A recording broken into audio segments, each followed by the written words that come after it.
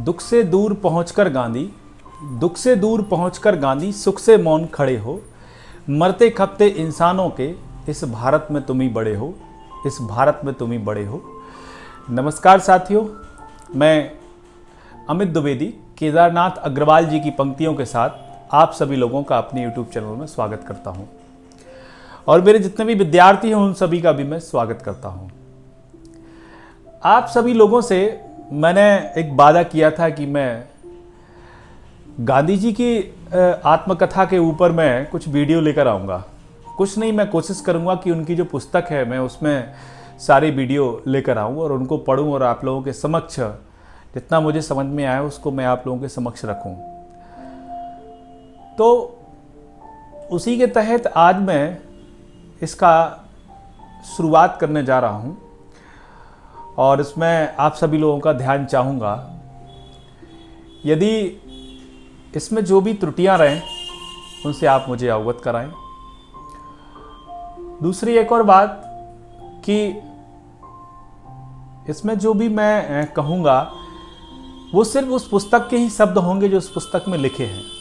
बस इस भाषा में बात करेंगे कि आप सभी विद्यार्थियों और साथियों को बड़े आसानी से समझ आ सके। जहाँ भी मुझे लगता है कि मैं कुछ भूल रहा हूँ वहाँ पर मैं उनकी पुस्तक का सहारा ले सकता हूँ। इसी के तहत हम इस कड़ी को आगे बढ़ाते हैं और आगे की बात करते हैं।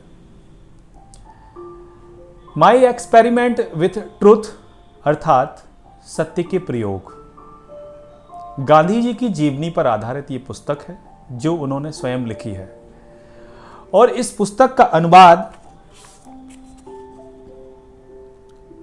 विशंबर दत्त गौड़ ने किया है। तो हम इसको आगे लेकर चलते हैं। इस पुस्तक में कुछ भाग हैं, प्रस्तावना है। सबसे पहले इसमें प्रस्तावना है, हम प्रस्तावना की बात करेंगे।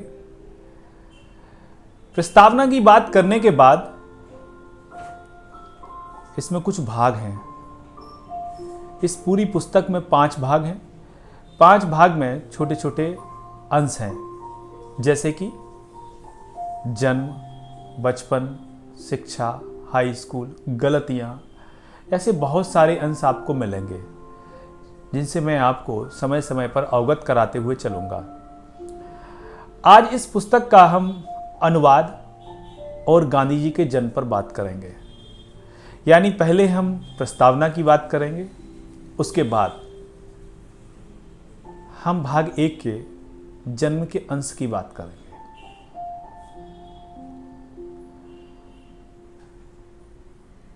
मुझे उम्मीद है कि आप बड़े ध्यान से इसको सुनेंगे। हम प्रस्तावना पर पहुंचते हैं। प्रस्तावना में गांधी जी ने बहुत अच्छे से लिखा है कि उन्होंने ये पुस्तक क्यों लिखी है। आप सभी लोगों के मन में एक विचार रहा होगा कि जब गांधी जी ने ये पुस्तक लिखी तो क्या केवल उन्होंने अपने उन अंशों को इसमें रखा जो लोगों के सामने रखना चाहिए थे या जो सिर्फ अच्छे थे। तो ऐसा कुछ भी नहीं है। गांधी जी ने अपनी, यदि उसमें अच्छाइयाँ लिखी हैं तो उसमें अपनी गलतियाँ भी लिखी हैं। और असल में कहा जाए, इस प्रस्तावना को पढ़ने के बाद मैं केवल एक ही बात कहूँगा कि ये एक आत्मकथा तो है ही, लेकिन आत्मकथा के साथ साथ ये एक सत्य के प्रयोग हैं जो उन्होंने अपने व्यक्तिगत जीवन में अनुभव किए हैं। तो प्रस्तावना की हम बात करते हैं तो गांधी जी ने इस पुस्तक के कुछ ही अंश लिखे थे, जहां वो एक पेज को लिखना भी पूरा नहीं कर पाए और उस समय मुंबई की ज्वाला प्रकट हुई। कहने का मतलब, मुंबई में चल रहे भूचाल में जब वो यरवदा पहुंचे तो यरवदा में उनकी मुलाकात भाई जयराम से हुई। भाई जयराम ने उनसे आग्रह किया कि आपको अपनी आत्मकथा लिखनी चाहिए। पर गांधी जी ने ये कह के टाल दिया कि यदि मैं जीवन भर यरवदा में रहूं तो शायद आत्मकथा को लिख पाऊं, पर 1 वर्ष के बाद शायद मैं यहां से चला जाऊं, तो इस अंश को मैं पूरा कैसे करूं। लेकिन मेरे मन में ये विचार है कि मैं आत्मकथा लिखूं। जब वो यरवदा से निकले तो उनकी मुलाकात भाई स्वामी आनंद से हुई। जब स्वामी आनंद से उनकी मुलाकात हुई तो स्वामी आनंद ने भी उनसे कहा कि आपको अपनी आत्मकथा लिखनी चाहिए, लोगों को पता चलना चाहिए आपके बारे में। पर गांधी जी ने यह कहा कि अगर मैं लिखने के लिए बैठता हूं तो मेरे पास इतना समय कहां, क्योंकि नवजीवन जो पत्रिका थी उसके लिए भी उन्हें कुछ ना कुछ लिखना होता था। वो इस स्थिति में वो कैसे आत्मकथा लिख पाते। फिर भी उनके मन में एक विचार था कि मैं आत्मकथा लिखूं। पर एक दिन सोमवार का समय था, सोमवार का दिन था, और उस दिन उनके किसी मित्र ने उनसे कहा कि आत्मकथा तो आप लिखना चाहते हैं, अच्छी बात है, पर इस आत्मकथा में जो आप लिखेंगे क्या लोग उसको सच मानेंगे? क्या पता जो आज सिद्धांत आप लिख रहे हैं क्या कल ये लागू होंगे? ये भी तो हो सकता है कि आप आज जो लिखें और इसका लोग दुरुपयोग करें, उससे गलत रास्ते पर चले जाएं, तो फिर क्या होगा? आत्मकथा लिखना तो पश्चिम की प्रथा है, पूर्व में तो ये रह जाता है। तो आप इस स्थिति में कैसे विचार करेंगे कि आपको आत्मकथा लिखनी चाहिए? ये उन्होंने कहा। फिर भी गांधी जी के ये शब्द थे कि मैं कहां आत्मकथा लिखना चाहता हूं, मैं तो सिर्फ सत्य के प्रयोग लिखना चाहता हूं। जो जीवन में घटनाएं घटी हैं हम उनको लिखना चाहते हैं, हम उनको लोगों को बताना चाहते हैं। हम कहाँ आत्मकथा लिखना चाहते हैं? हम तो सत्य पर आधारित जो भी सिद्धांत हैं, जो भी प्रकरण हैं, जो भी बातें हैं, वो लोगों को बताना चाहते हैं कि कैसे हमने अपने जीवन में इन चीज़ों से सीखा है और सत्य पर आधारित अपने जीवन को आगे बढ़ाया है।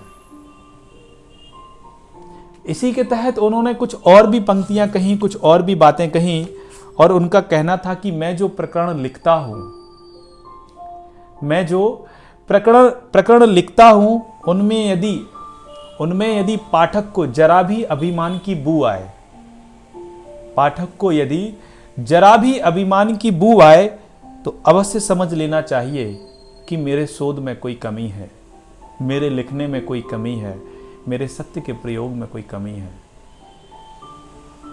पर उनका ये कहना है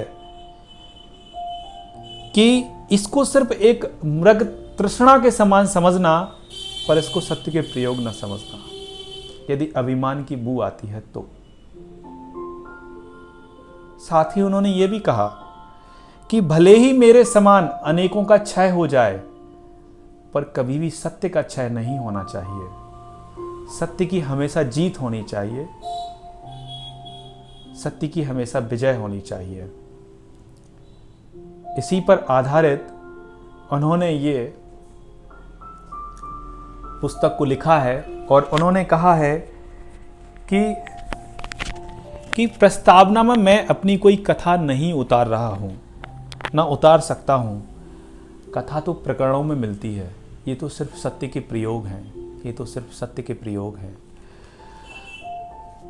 इसी के साथ में प्रस्तावना में और भी बहुत से अंश मिलेंगे, पर मैं सिर्फ इतना कहना चाहूँगा कि गांधी जी के जब आप प्रस्तावना का अध्ययन करेंगे तो आप इस बात को समझ पाएंगे कि यह सच में केवल और केवल सत्य के प्रयोग हैं। हम इसको केवल आत्मकथा नाम नहीं दे सकते हैं। ये केवल सत्य के प्रयोग हैं जो उनके जीवन में उन्होंने प्रयोग किए हैं, जो घटनाएं घटी हैं। इसी के साथ हम भाग 1 को शुरू करते हैं और भाग 1 में जो पहला अंश है उसका नाम है जन्म। जन्म के बाद हम बचपन को पढ़ेंगे। इसी क्रम में हम आगे चलते चलेंगे। आज के वीडियो में प्रस्तावना के साथ जन्म भी है। जन्म के साथ हम बचपन को अगले अंश में पढ़ेंगे। जन्म की अगर हम बात करें तो उस पुस्तक में जो लिखा है कि गांधी परिवार जो था, मैं आप सभी लोगों को एक बात और स्पष्ट करना चाहता हूं कि मैं महात्मा गांधी जी को यहां मोहनदास करके संबोधित करूंगा। जब उनको महात्मा की पदवी दी गई थी तब हम महात्मा शब्द का उपयोग करेंगे। वो सिर्फ इसलिए कि हम लोगों को समझने में आसानी हो। जन्म की हम बात करें तो गांधी जी का जो परिवार था, गांधी जो परिवार था, ये पहले पंसारी का धंधा करता था। पंसारी क्या होता है? पंसारी जैसे आज हम ग्रॉसरी कहते हैं, ग्रॉसरी, मिर्च, मसाले, धनिया, इसका धंधा होता था पहले। पर उनके दादा से लेके आने वाली पीढ़ियों में इन्होंने दीवान का काम किया। इनके दादा का नाम उत्तम चंद गांधी था। मोहनदास के दादा का नाम उत्तम चंद गांधी था, जिन्हें ओता गांधी भी कहते थे, जिनके 2 विवाह हुए थे। पहली पत्नी से इनके 4 बच्चे थे, 4 बेटे थे, और दूसरी से 2 बेटे थे। कुल मिलाकर मोहनदास के पिता, जिनका नाम करमचंद गांधी है, वो 6 भाई थे, 6 सौतेले भाई थे। इनमें से 5वें नंबर के जो पुत्र थे उत्तमचंद गांधी के, उनका नाम करमचंद गांधी था। करमचंद गांधी के भाई का नाम, छोटे भाई का नाम, यानी जो 6वें नंबर के भाई थे, उनका नाम तुलसीदास गांधी था। करमचंद गांधी को कवा गांधी भी कहते थे, यानी लोग उनको कवा गांधी कहकर पुकारते थे। इसमें एक बहुत अच्छी बात यह है, मोहनदास कहते हैं कि मैंने जब से होश संभाला है मुझे नहीं याद कि ये सौतेले भाई हैं, क्योंकि उनमें कोई ऐसी दरार ही नहीं थी, उनमें इतना अच्छा टूट प्रेम था। मोहनदास के पिता का नाम करमचंद गांधी और कवा गांधी था, और इनकी 4 विवाह हुए थे। पहला विवाह इनका 13 वर्ष की उम्र में हुआ था। कवा गांधी का विवाह 13 वर्ष की उम्र में हुआ था। पहली पत्नी की मृत्यु के बाद दूसरा विवाह हुआ। दूसरे विवाह के बाद इनका तीसरा विवाह हुआ। तीसरी पत्नी इनकी अपाहिज थी, जो चल नहीं सकती थी, उनसे कोई संतान नहीं थी। तो इन्होंने वंश को आगे बढ़ाने के लिए तीसरी पत्नी की इजाजत मांगी, और इजाजत मिलने पर इन्होंने पुतली बाई से आखिरी और चौथा विवाह किया। इनका आखिरी विवाह इस पुस्तक के हिसाब से 40 वर्ष की उम्र में हुआ। यानी कवा गांधी का विवाह जब वो 40 वर्ष के थे, तब उन्होंने 14 वर्ष की पुतली बाई के साथ विवाह किया था, और पुतली बाई से इनकी 4 संतानें थी। तो इस तरीके से कवा गांधी जी के कुल कितने विवाह हुए? 4 विवाह हुए। माफी चाहूंगा, पानी पी रहा हूं। इनके 4 विवाह हुए। इन 4 विवाह में से जो पहली पत्नी थी, उनसे इनको एक बेटी थी, जिसका नाम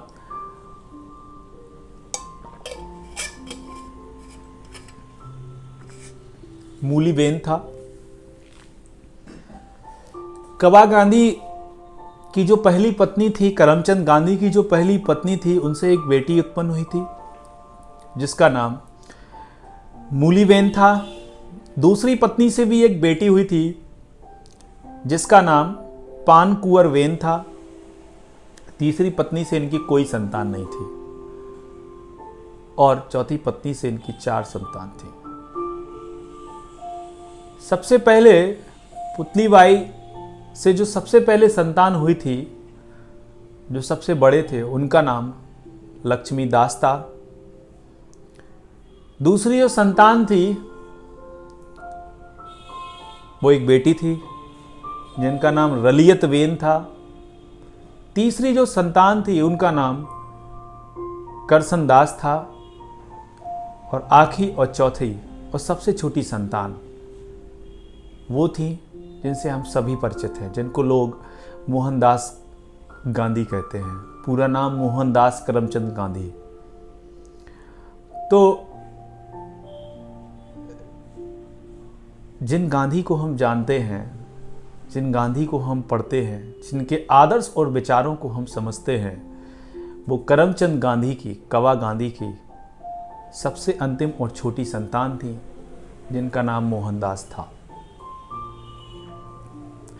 मोहनदास सभी भाई बहनों में सबसे छोटे थे और प्रिय भी थे। आगे हम बात करेंगे कि इनका अपने भाई बहन से कैसा रिश्ता रहा, माँ से कैसा रिश्ता रहा, पिता से कैसा रिश्ता रहा, हम इन सभी पर बात करेंगे। पर पुस्तक के क्रम में हम आगे चलते हैं। तो ये मैंने आपको परिचित कराया इनके परिवार से। आगे हम चलते हैं, जन्म के और आगे के अंश को पढ़ते हैं।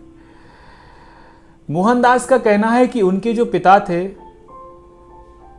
वो न्याय प्रिय थे, कभी रिश्वत नहीं लेते थे, धर्म के प्रति उनकी आस्था थी, मंदिर जाते थे, रोज पूजा पाठ करते थे। इनके पिता राजकोट के दीवान थे, बीकानेर के भी दीवान रहे, सभासद रहे। जब ये दीवान थे तो इन्होंने कभी न्याय करने में कभी भी इन्होंने रिश्वत नहीं ली और अपनी बात के हमेशा ये धनी रहते थे, अर्थात पक्के थे।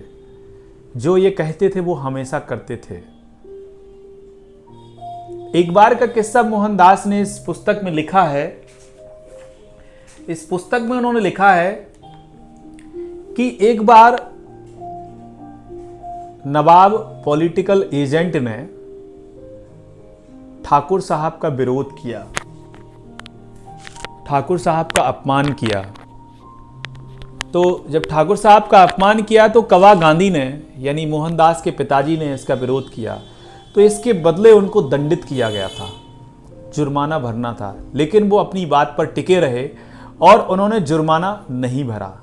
बाद में साहब को ही अपना निर्णय वापस लेना पड़ा। तो उनका ऐसा मानना है मोहनदास का कि उनके जो पिता थे वो अपनी बात के पक्के थे, वो कभी अपनी बात से नहीं मुकरते थे। उनकी जो शिक्षा थी वो बहुत कम थी। उनकी शिक्षा के लिए मोहनदास कहते हैं कि गुजरात में जितनी 5वीं तक की कक्षा होती है, शिक्षा होती है, उतनी शिक्षा कवा गांधी के पास थी, करमचंद गांधी के पास थी। उनको इतिहास का ज्ञान नहीं था, उनको भूगोल का ज्ञान नहीं था, फिर भी वो हर विद्या में निपुण थे। विद्या से मतलब मेरा यह है कि मोहनदास कहते हैं कि उनके अंदर इतना हुनर था कि इतनी शिक्षा के बाद भी वो कई हजार आदमियों से काम ले लेते थे। वो मंदिर जाते थे, मंदिर में पाठ करते थे, ग्रंथ पढ़ते थे और उन्हीं ग्रंथ के माध्यम से वो सिर्फ एक बार सुनने और पढ़ने मात्र से उनको वो कंठस्थ हो जाते थे, वाचन करते थे उनका। उन्होंने कभी रिश्वत नहीं ली, इसलिए वो मोहनदास के लिए, उनके परिवार के लिए कभी ज़्यादा छोड़ के नहीं गए। उनके पास एक सीमित ही जायदाद थी। हम इनकी माता की बात करते हैं, हम पुतलीबाई की बात करते हैं। तो इनकी जो माता थी वो पूर्ण रूप से गृहिणी थी। उनका भी धर्म के प्रति बहुत रुझान था। वो वैष्णव मंदिर जाया करती थी और उस मंदिर को मोहनदास और उनके परिवार के सभी सदस्य हवेली कहते थे, हवेली। तो उनकी माँ वैष्णव मंदिर अर्थात हवेली जाया करती थी और रोज जाया करती थी। वो चंद्रायण के व्रत रखती थी, जो कि कठिन व्रत होता है। वो चातुर्मास के व्रत रखती थी, चौमासे के व्रत रखती थी। चौमासे में उनका व्रत इस प्रकार से होता था कि जब वो सूर्य के दर्शन करती थी तब पुतलीबाई मोहनदास की माँ तब भोजन ग्रहण करती थी। और आप जानते हैं कि चौमासे में कई बार तो सूर्य देवता दिखते ही नहीं, जब उनको सूर्य दिखता था तब वो भोजन ग्रहण करती थी। मोहनदास का ऐसा कहना है कि ऐसा कई बार जीवन में ऐसा समय आया, ऐसे दिन आए कि माँ ने 2-2, 3-3 दिन तक व्रत का पालन किया। उनको सूर्य देवता के दर्शन नहीं हुए तो उन्होंने खाना नहीं खाया। हम बच्चों को खाना खिलाती थी और जब हम सभी सो जाते थे तब वो सोती थी। बीमार रहने के बाद भी माँ ने इन व्रतों का पालन किया। उनकी धर्म के प्रति अटूट आस्था थी। इसी के साथ हम और आगे भी चलते हैं। वो बताते हैं, मोहनदास बताते हैं इस पुस्तक में कि हम भाई जब टेबल पर खाना खाने के लिए बैठते थे तो चम्मच को कटोरी से बजाया करते थे, कटोरी को चम्मच से बजाया करते थे और माँ से कहते थे कि माँ खाना परोस दो, खाना परोस दो। और माँ जब तक किचन से आती थी तब तक सूर्य देवता गायब हो जाते थे। तो माँ कहती थी आज लगता मेरे नसीब में खाना है ही नहीं। ऐसे कई किस्से उनकी माता के हैं जो उनके साथ हुए हैं।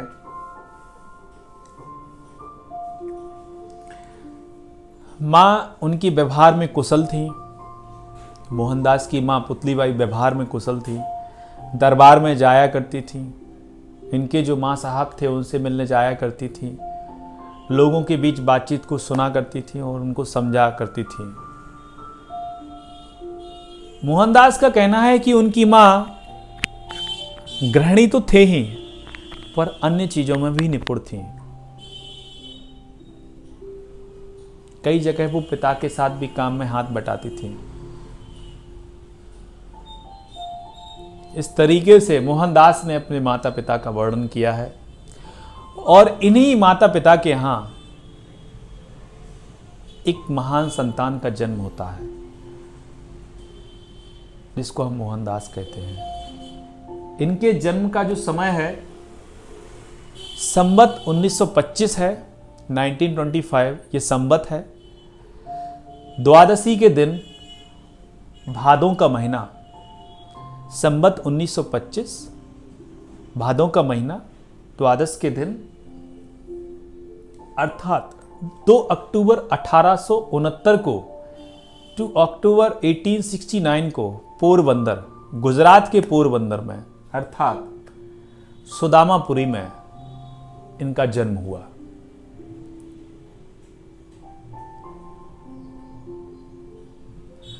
जन्म हुआ, फिर इनकी आगे की कहानी शुरू होती है और कहानी आत्मकथा या सत्य के जो प्रयोग हैं ये वहीं से हैं जहां से मोहनदास को सारी चीजें याद हैं जिनको उन्होंने लिखा है, जिनको वो रख सकते थे अपने मन में, अपने हृदय में। वो बताते हैं कि मैं जब स्कूल जाया करता था तो मैं भी एक साधारण बालक था। मैं भी अन्य बालकों की तरह, अन्य लोगों की तरह स्कूल के मास्टर साहब को गालियां दिया करता था, उनके लिए गालियां बोला करता था, उनको चिढ़ाया करता था। कई बार वो जो पढ़ने को देते थे उनको मैं कई बार घर पे नहीं पढ़ता था। उन्होंने ऐसा भी कहा है कि हम लोग इनके लिए कहावत कहते थे। कहावत थी उनकी, कुछ कड़ियां हैं। इकड़े एक पापड़ सेक, इकड़े एक पापड़ सेक, पापड़ कच्चो खाली स्थान मारो खाली स्थान। इकड़े एक पापड़ सेक, कच्चो पापड़ खाली स्थान मारो। माफी चाहूंगा, मैं एक बार और बोलना चाहूंगा इसको। इकड़े एक पापड़ सेक, पापड़ कच्चो खाली स्थान मारो। खाली स्थान, कच्चो पापड़ खाली स्थान मारो। खाली स्थान का मतलब क्या है? उनका ऐसा मानना है कि जो पहला वाला खाली स्थान है पापड़ कच्चो, इसमें मास्टर साहब का नाम हुआ करता था, पर उन्होंने कहा कि मैं मास्टर साहब को प्रसिद्ध नहीं करना चाहता, इसलिए उन्होंने मास्टर साहब का नाम नहीं लिखा इसमें। और मारो के बाद जो खाली स्थान है उसमें कोई गाली हुआ करती थी, जिसको लिखना उन्होंने उचित नहीं समझा।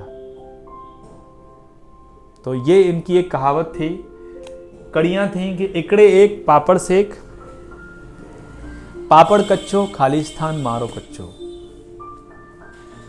तो ये इनके गांधी जी के, मोहनदास के प्रस्तावना और जन्म के बारे में था। अभी बहुत सी चीज़ों को हम पढ़ेंगे, अध्ययन करेंगे। कोशिश करूंगा कि अगली बार से मैं किताब का सहारा ना लूं अपने आप लोगों के सामने, पर यह शुरुआत थी और इतना सहज, सरल और आसान नहीं है कि मैं इस पुस्तक को इतनी आसानी से आप लोगों के सामने लेकर आऊं। तो कोई त्रुटियां ना हो, इसलिए मैं इस पुस्तक का सहारा लेता हूं। और ये तो इनके जन्म की बात है, और जन्म में इन्होंने केवल एक ही किस्सा लिखा है, इकड़ो एक पापड़ से कच्चो पापड़ खाली स्थान मारो। तो ये सिर्फ जो इन्होंने एक कड़ी कही है, ऐसे बहुत से किस्से गांधी जी के जीवन में मिलेंगे, मोहनदास के जीवन में मिलेंगे। हम पढ़ेंगे अगली कड़ी में कि इनका बचपन कैसा रहा, बचपन का दौर कैसा रहा, इनके पिता के साथ कैसे संबंध रहे, माँ के साथ कैसे संबंध रहे, भाई बहनों के साथ, दोस्तों के साथ कैसे संबंध रहे, हम सभी को पढ़ेंगे। ये पढ़ने में कितने अव्वल थे और नहीं थे, हम वो भी पढ़ेंगे। हम सारी चीज़ों का अध्ययन करेंगे। और चलते चलते मैं सिर्फ इतना कहना चाहूँगा कि आपको लगता है कि मुझे इसमें कुछ सुधार करना है तो अवश्य नीचे कमेंट में लिखें। ये मेरे लिए आज पहला वीडियो था गांधी जी के ऊपर। कई जगह मेरी जबान लड़खड़ाई, उसके लिए मैं माफ़ी चाहूँगा और कोशिश करूँगा कि आगे ये सारी चीज़ें ना हों। जैसे जैसे वीडियो आगे बढ़ते जाएंगे वैसे वैसे इनमें सुधार भी होता जाएगा, बोलने का, बात रखने का, पर शब्द वही होंगे जो पुस्तक में है। जो बातें लिखी हैं मैं वही कहूँगा। यदि आपको लगता है कि ये मुझे सुनना चाहिए तो आप अवश्य सुने आगे, और इसको शेयर करें प्लीज़। इसी के साथ मैं विदा लेता हूँ, चलता हूँ। धन्यवाद।